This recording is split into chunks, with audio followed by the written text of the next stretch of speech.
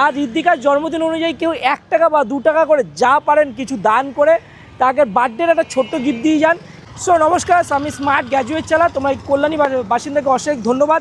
আজ ঋদ্ধিকার জন্মদিন, তার মা আমাকে নিমন্ত্রণ করে। আর আজকেই আমি গ্যাংটক থেকে ফিরেছি সকালবেলা, তো আমি যেতে পারলাম না, তার জন্য তাকে শুভ জন্মদিন, তার হ্যাপি বার্থডে, তার জীবন সুন্দর হোক। আর আমাদের যে লড়াইটা ছিল ঋদ্ধিকাকে নিয়ে, ঋদ্ধিকার মানে দীর্ঘজীবী আয় কামনা করি। তোমরা যারা ভিডিওটা দেখছো তোমরা প্রচুর ভালোবাসা দিয়েছো ঋদ্ধিকাকে। একবার প্লিজ ঋদ্ধিকার জন্য কমেন্ট বক্সে এসে লিখে দাও একটা হ্যাপি বার্থডে, শেয়ার করো।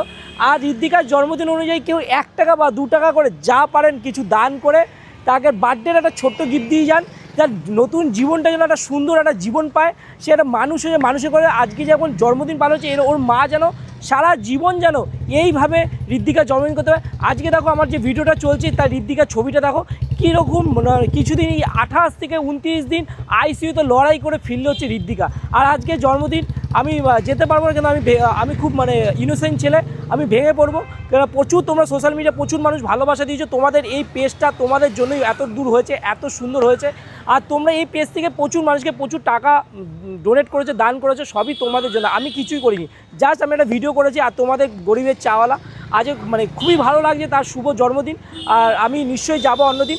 আর তোমাদের কাছে রিকোয়েস্ট করবো তার জন্মদিন উপলক্ষে তার ভিডিওটা শেয়ার করো, লাইক করো, আর একবার হ্যাপি বার্থডে বলো। আর যে যা পারো আজকের দিনে বার্থডে গিফট হিসেবে কিছু দান করেছো।